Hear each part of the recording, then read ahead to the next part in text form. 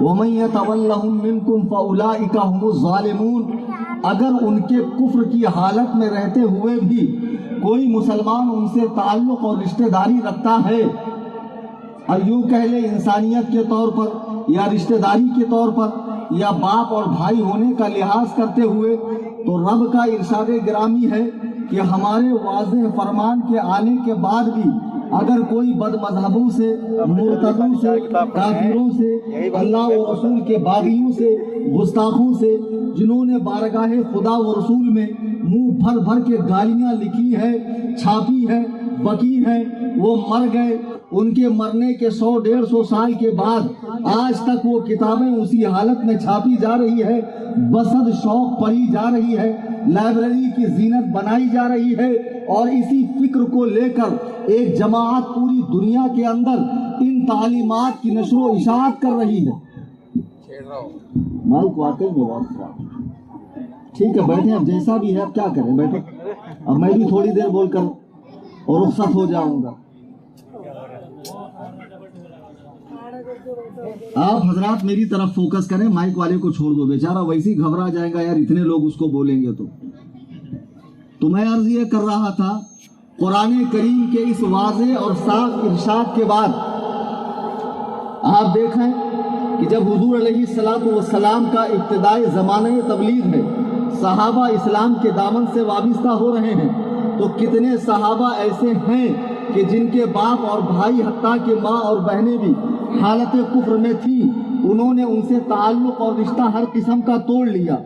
آج جو لوگ اس طرح کی بات کرتے ہیں کہ جن کے گھروں میں بد مذہب ہیں، بے دین ہیں، مرتد ہیں، اللہ و رسول کے گستاخ ہیں، اور مولانا اگر سمجھائے تو لوگ کہتے مولانا زیادہ شدت کر رہا ہے، لکھنے والے لکھ کے مر کر چلے گئے، ہمیں اس سے کیا لینا دینا، لکھنے والے لکھ کر مر کر چلے گئے، واصل جہنم ہوئے، مر کے مٹی میں مل گئے، اس میں کوئی شک نہیں ہے، لیکن آج تک وہ کتابیں اصل حالت میں چھاپی جا رہی ہے، اور انہی کتابوں کے اندر جو بکواسات لکھی ہوئی ہے، اس پر ایمان و یقین رکھ کے جن کے ایمان کا بیڑا غرق ہو چکا ہے، جو دائرہ اسلام سے خارج ہو چکے ہیں، آج جو لوگ ان سے رشتہ داری کر رہے ہیں، ان سے تعلق رکھ رہے ہیں، ان سے اپنی دوستی یاری نبھا رہے ہیں، اور کئی طرح کے معاملات ان سے وابستہ ہے، انہیں سوچنا چاہیے، جب قرآن نے صاف کہہ دیا یا ایھا الذین آمنوا لا تتخذوا آباءکم، اے ایمان والو اگر تمہارا باپ اور تمہارے بھائی ایمان کے بدلے ان استحب الکفر علی الایمان، ایمان کے بدلے کفر کو پسند کرے تو ان سے دور ہو جاؤ، ان سے ہر تعلق توڑ لو۔ آپ کو معلوم نہیں مدینے میں حضرت عبد الرحمن ابن ابو بکر اپنے باپ ابو بکر سے کہتے ہیں کہ اے میرے باپ ابو بکر، آپ حضور کے ساتھ جنگ میں تشریف لائے تھے، آپ مسلمانوں کی طرف سے تھے، میں کافروں کی طرف سے مسلمانوں سے لڑنے آیا، ایک مرتبہ میری نگاہ آپ پر پڑی اور میرے جی نے چاہا کہ میں اپنی تلوار سے آپ کی گردن کاٹوں، لیکن باپ کی محبت غالب آ گئی اور میں اس ارادے سے باز آ گیا کہ مسلمان ہے تو کیا ہوا، ہے تو میرا باپ۔ حضرت ابو بکر کا جواب سنیے، حضرت ابو بکر کہتے ہیں خدائے وحدہ لا شریک کی قسم، اگر میں تجھے حالت جنگ میں دیکھ لیتا تو میں یہ نہ دیکھتا کہ تو میرا بیٹا ہے، میں یہ دیکھتا کہ تو رسول اللہ کا گستاخ ہے، اور میں تیری گردن کو تیرے سر سے الگ کر دیتا۔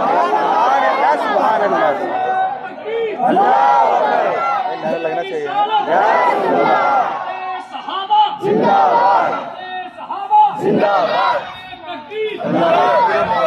تم نے اسلام چند چیزوں کا نام سمجھ رکھا ہے، مسلمان جیسا نام رکھ لو، مسلمانوں کا ڈریس کوڈ استعمال کر لو، مسلمانوں کے فیسٹیولز منا لو، مسلمانوں کے نام رکھ لو، مسلم کلچر جیسا کچھ فارمیلٹیز کر لو، یہ اسلام ہے؟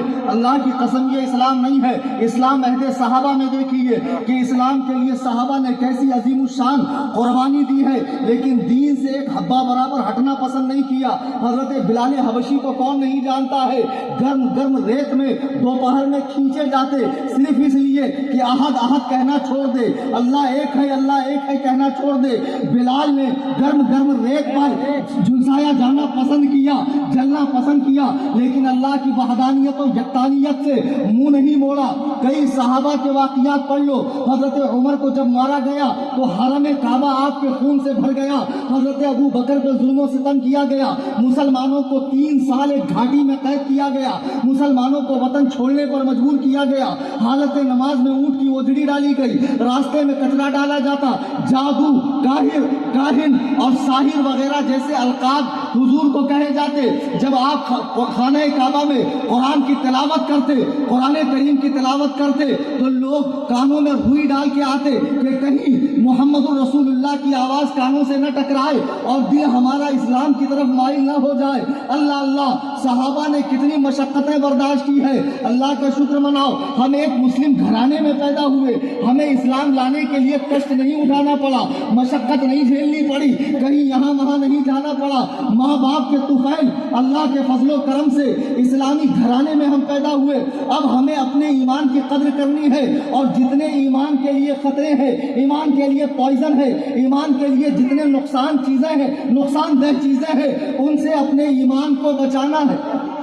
بے شک بے شک بے شک۔ مولانا کی باتیں کڑوی لگتی، ان کو کیا ہے، یہ بول کے چلے جائیں گے، ہم کو رہنا ہے۔ صبح اٹھے تو ہم ان کا منہ دیکھتے، وہ ہمارا منہ دیکھتے، تو ہم نے منہ دیکھنے تھوڑی منع کی۔ بڑی چکنی چپڑی بات کریں گے، مر کے مولانا تھوڑی خبر میں آئیں گا۔ ارے کیوں آئے گا مولانا تیری خبر میں، کہ تو مولانا کی خبر میں آئے گا؟ تو تیری خبر میں جائے گا، مولانا کی خبر میں جائے گا، لیکن قبر میں آمنہ کے لال آئیں گے کہ نہیں آئیں گے؟ عبداللہ کا در یتیم آئے گا کہ نہیں آئے گا؟ بتہائی پیغمبر آئیں گے کہ نہیں آئیں گے؟ اللہ کے محبوب اعظم آئیں گے کہ نہیں آئیں گے؟ اور سرکار نے کہیں پوچھ لیا کہ تو ان لوگوں سے تعلق رکھتا تھا جو میرے علم کے بارے میں کہتے تھے کہ بچوں اور پاگلوں اور جانوروں جیسا ہے، سن لو اور کوڑوا کے دیوبندیوں، یہ تمہاری کتاب ہے حفظ الایمان، اس کا لکھنے والا ہے اشرف علی تھانوی۔ اس کتاب کے صفحہ نمبر 15 پر خباثتوں کے خمیر، دیوبندی جماعت کے سڑیل اور بدبودار امیر ملا اشرف علی تھانوی حضور کے علم غیب کو بچوں، پاگلوں، جانوروں، درندوں، چرندوں، گزندوں، جمی حیوانات اور بہائم کی طرح لکھتا ہے۔ تم کہتے ہو مولانا فساد نہ کرو، آج وقت مسلمانوں کے آپس کے لڑنے کا نہیں ہے، کافر دشمن ہے اسلام کے، ارے وہ تو کھلا دشمن ہے، یہ چھپا دشمن ہے۔ اعلیٰ حضرت فرماتے ہیں شہد دکھائیں، زہر پلائیں، قاتل دائم شوہر کش، اس مردار پہ کیا للچانا، دنیا دیکھی والی ہے، سونا جنگل رات اندھیری، چھائی بدری کالی ہے، سونے والوں جاگتے رہیو، چوروں کی رکھوالی ہے۔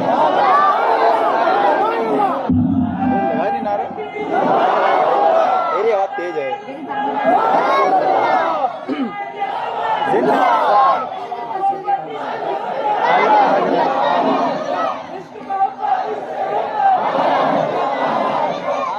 سنو، نعرے بات میں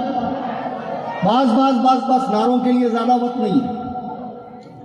یہ کتاب اگرچہ اس طرح کی تقریریں پونا شہر میں بہت ہوئی، علماء نے دکھائی کتاب، آج پھر میں نئے سرے سے کہتا ہوں، چونکہ 15 سال کے بچے بیٹھے، یہ سادہ کاغذ ہے ان کا ذہن، انہیں نہیں پتا کیا معاملات ہے، دیوبندی بریلوی اختلاف کیا ہے، تم کیا سمجھتے ہو؟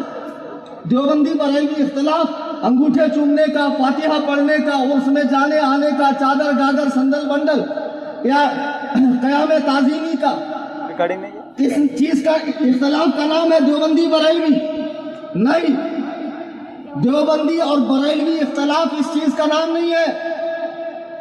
اچھا موبائل جیب میں رکھ، بیان سننے آؤ کہ موبائل پہ چیٹ کرنے آئے، اور سنوں گے آدھا ادھورا کل لاؤں گے ہمارے لیے مصیبت۔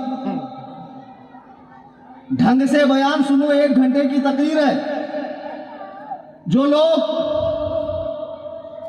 دیوبندی اور بریلوی اختلاف کو چند رسومات اور چند چیزوں کا اختلاف سمجھ رہے ہیں، یہ دیوبندی جماعت کے مولوی منظور نعمانی ہے، کتاب کا نام ہے فیصلہ کن مناظرہ، اس میں یہ خود لکھتا ہے، دیوبندی جماعت کا یہ مولانا اس میں خود لکھ رہا ہے کہ شاید بہت سے لوگ یہ سمجھتے ہیں کہ میلاد و قیام، عرس و قوالی، فاتحہ، تیجا، 10واں 20واں 40واں برسی وغیرہ کے رسوم کے جائز و ناجائز اور بدعت و غیر بدعت ہونے کے بارے میں مسلمانوں کے مختلف طبقے میں جو نظریاتی اختلاف ہے، یہی اصل دیوبندی و بریلوی اختلاف ہے۔ مگر یہ سمجھنا صحیح نہیں ہے، کیونکہ مسلمانوں کے درمیان ان مسائل میں اختلاف تو اس وقت بھی تھا جب مدرسہ دیوبند کا قیام بھی نہیں آیا تھا۔ آج یہ تولچی جو گاؤں گاؤں، نگر نگر، ڈگر ڈگر، مسجد مسجد، کھڑیا کھڑیا، دکان دکان، مکان مکان نماز کی دعوت دینے جاتے ہیں، کہتے ہیں جب سے مولانا احمد رضا بریلی میں آئی اختلاف شروع ہوا۔ غریب نواز کا 812واں سالہ عرس ہوا کہ نہیں ہوا؟ تو 812 سال پہلے مولانا احمد رضا تھے کہ مولانا نقی علی خاں تھے کہ مولانا رضا علی خاں تھے کہ ان کے ابا تھے؟ خواجہ کے مزار پہ جو گنبد بنا ہے، قمر علی درویش کے مزار پہ جو گنبد بنا ہے، مخدوم ماہی کے مزار پہ جو گنبد بنا ہے، تمہارا عالم خود لکھ رہا ہے کہ یہ مسائل تو مدرسہ دیوبند کے وجود میں آنے کے پہلے سے ہیں۔ اس کے بدعت اور ناجائز ہونے کا جو مسئلہ چلا ہے، یہ قیام دیوبند کے بعد سے چلا ہے۔ اصل میں یہ بتانا یہ چاہ رہا ہے کہ ان مسائل کو دیوبندی بریلوی اختلاف نہیں کہا جا سکتا ہے۔ اصل اختلاف دیوبندی بریلویت کا عقائد و نظریات کا ہے، عقائد و نظریات کا ہے۔ آج جسے بہت بڑا مصنف سمجھا جاتا ہے، دیوبند کی سب سے بڑی توپ سمجھا جاتا ہے، جس کا ترجمہ قرآن ہر دیوبندی مسجد کے اندر رکھا جاتا ہے، اور جسے بڑے القاب و آداب کے ساتھ حکیم الامت مولانا اشرف علی تھانوی رحمہ اللہ کہا جاتا ہے، اسی رحمہ اللہ نے اپنی کتاب حفظ الایمان کے صفحہ 15 پہ حضور کے علم غیب کو بچوں، پاگلوں، جانوروں سے ملایا ہے۔